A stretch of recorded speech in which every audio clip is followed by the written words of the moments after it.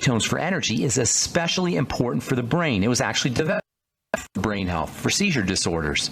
The ketogenic diet is the ideal way of eating for anyone who's confronting any brain health issues: dementias, Parkinson's disease, palsies, cognitive disorders, attention deficit disorder. If you have a brain health issue and you are serious about dealing with it, you absolutely positively have to start reading up or understanding, or better yet, using the ketogenic diet. The brain utilizes sugar, and it can't really utilize fat for energy, but it can utilize ketones. That means when you're burning fat and generating ketones, your brain will get energized without sugar. And make no mistake about it, there's no such thing as a cognitive brain health issue that does not involve some degree of dysglycemia, messed up blood sugar. I don't care what it is. If you're serious, if you have Parkinson's disease, or you know somebody, and you or they are serious about reducing the symptoms of the Parkinson's disease or the Alzheimer's disease or any brain health issue, you absolutely have to use this ketogenic way of eating, ketogenesis. Brain cells can burn, typically they'll burn through sugar, but they can also use ketones. And again, this gives the brain a way of generating energy, of using energy without having to deal with glycation or sugaring. So if you decide you want to start going ketogenic, if you decide after listening to this program or reading up on the ketogenic diet that you want to go ketogenic, there's a couple things you're going to want to do. First of all, the ketogenic diet is not the paleo diet. They're different. The paleo diet is more protein-based. Ketogenic diet is fat-based, and this is really important because there's a certain misunderstanding about protein. Protein is actually anti-ketogenic. That's why the ketogenic diet is a moderate protein diet. You need your protein, absolutely. Protein is the building block of everything in the body. 80% or so of your body is made up of protein after you take the water out. So your body is mostly protein. Your cells are mostly protein.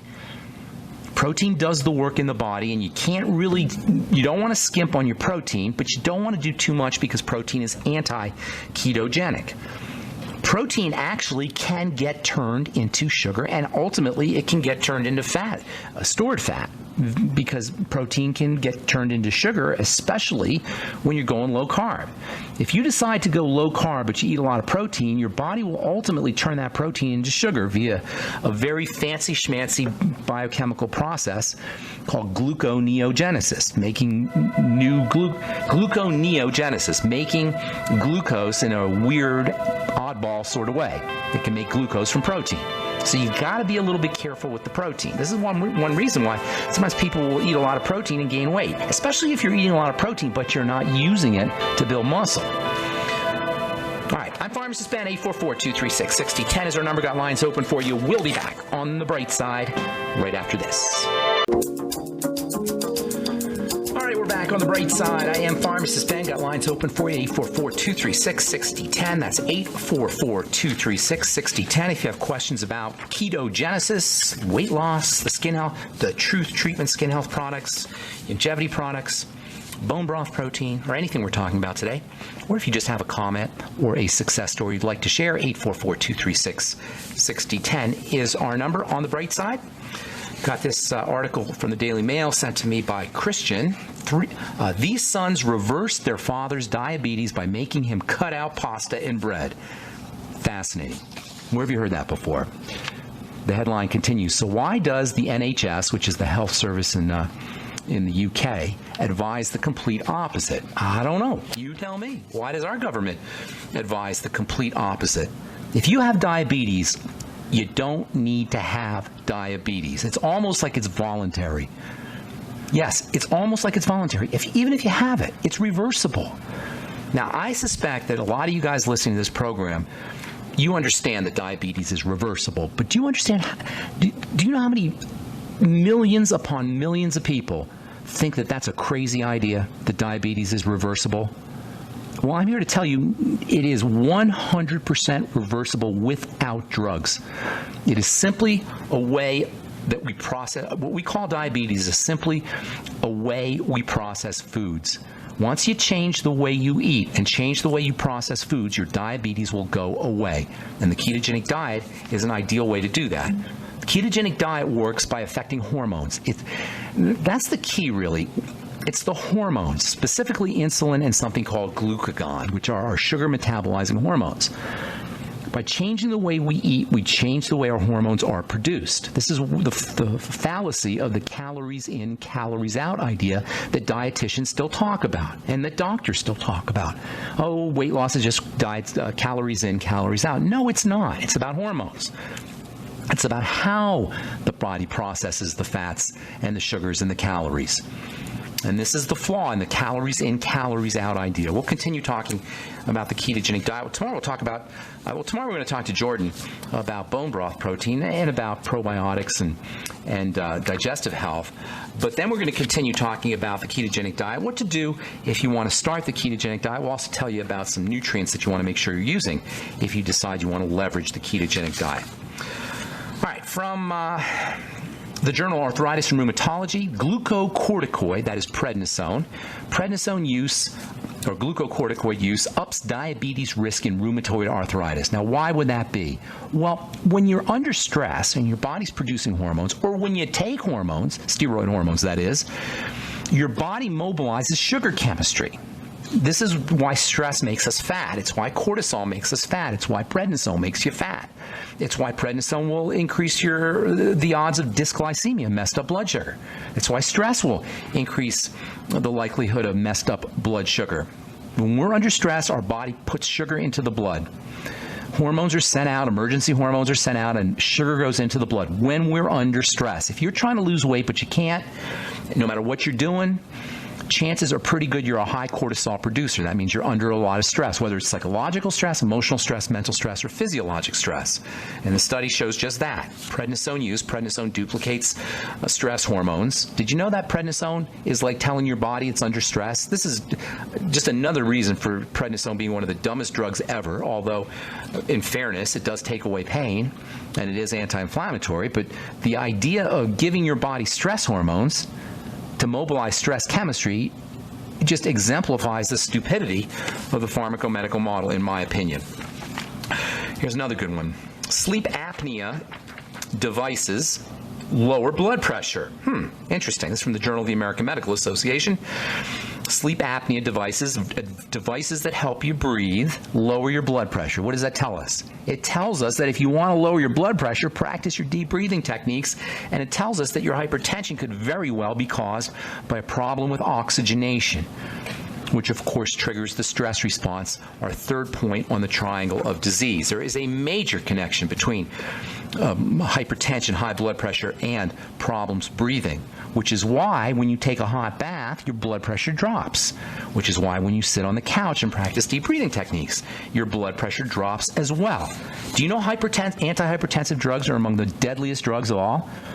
Yeah, the drugs they give you for lowering your blood pressure, antihypertensive, most especially beta blockers and calcium channel blockers. Everybody with high blood pressure seems to be on metoprolol these days.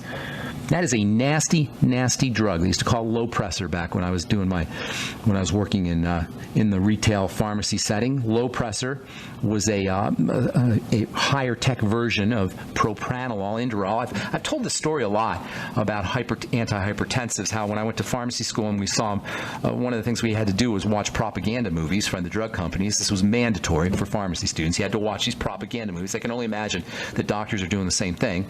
So we watched this propaganda movie by a company, the Ayerst company, and I believe it was, or Wyeth, was one of the drug companies. And the movie was about an hour movie, and it was talking about how this new class of drugs was going to revolutionize the antihypertensive business. It was going to change the face of hypertension. This new class of drugs. It was a beta blocker, and it worked by blocking the beta nervous system, which energizes the heart, basically killing the heart, or at least dumbing it down, at least turning it down.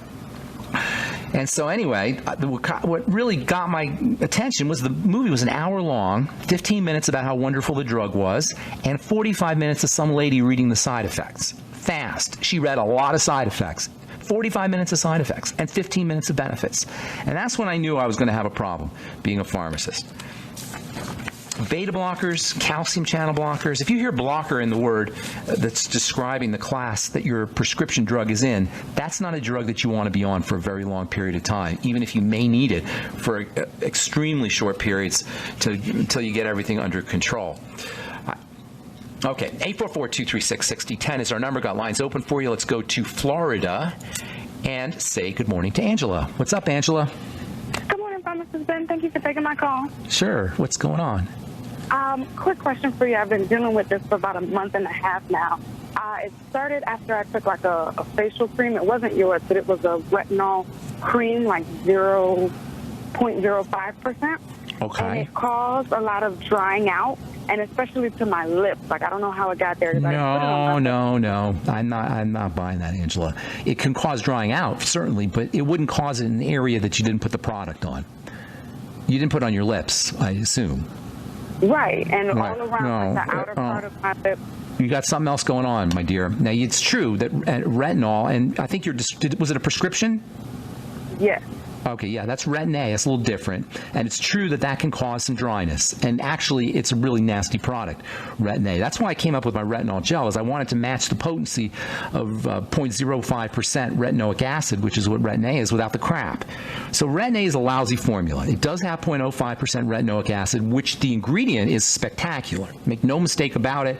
Retinoic acid, which is the active form of vitamin A, is a spectacular ingredient. And it will cause dryness, and it will cause some irritation for some folks. However, if you can't use retinoic acid, or for that matter retinol, the chances are pretty good that your body is deficient in two very important nutrients, which I'll tell you about when we come back from our break. And by the way, Angela, if your lips are dry, the same is true. And I know quite a bit about the lips. I actually studied the lips specifically when I was working for the Blistex Corporation. That's where I learned skincare. So hang on, Angela. I'll let you know about these two nutrients that you need to be using and some other strategies for dealing with dry lips and dry skin when we come back from our break. You're listening to The Bright Side on the Genesis Communication Network. Okay, we are back on The Bright Side. I'm Pharmacist Ben. 844-236-6010 is our number. We're talking to Angela about the lips, dry lips and dry skin. Did you say dry skin also in your face, Angela? No, not just dry on the skin. lips. It's very chapped. I meant to say that they're cracked and annoying. That's all a sign of deficiencies in two major nutrients, and maybe in how you process those nutrients. And these two nutrients are important to use if you're going to use retinol or retinoic acid and really get the good benefits, and that's vitamin A and essential fatty acids. Those are your two major strategies, excuse me, for dealing with cracked, dry lips and dry skin in general. And if you try to use retinol and couldn't, chances are you're either deficient in the vitamins themselves and the essential fatty acids, or you're not processing them or absorbing them. And as we said so many times in this program, as we get older, one of the first things that happens is we start to lose the ability to leverage, to assimilate fats and fatty vitamins, essential fatty acids and fatty vitamins. So if I were you, my dear, a couple things. First of all, I would be working on digestive health, making sure I had no absorption issues. That's always the first thing to do. Probiotics play a major role in fat absorption. A lot of folks don't recognize this. This is not appreciated as much as it should be. Good bacteria, fermented foods, fiber, all of which provide an environment or support the probiotics, the bacterial flora that live in the gut. That's step number one always. Really always for everything, but particularly if you're dealing with dry skin or cracked lips. Also, bile salts might help you. Lecithin with your meals might help you.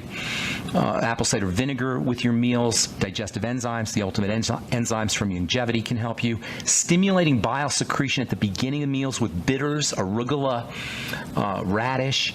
Anything that's bitter, dandelion greens will stimulate bile secretion. All of these have a positive effect. Will have a positive effect on fat utilization. You can take extra bile salts or extra pancreatic enzymes. And then you want to start using your fats, and that would be 20,000 IU of vitamin A a day and 9 of the ultimate EFA capsules a day. If you want to use something topically, I would be using topical vitamin C, fatty vitamin C, like my omega-6 healing cream. If you want, you can also take a vitamin A capsule and pierce it with a little pin and put that straight on your lips. That's retinol palmitate, which is in a fish oil base usually. You can also do the same thing with vitamin E. That's not quite as effective, but it might work too. But I like my fat-soluble Truth Omega-6 Healing Cream, fat-soluble vitamin C, and that's what I'd be focusing on. Not so much a topical one, but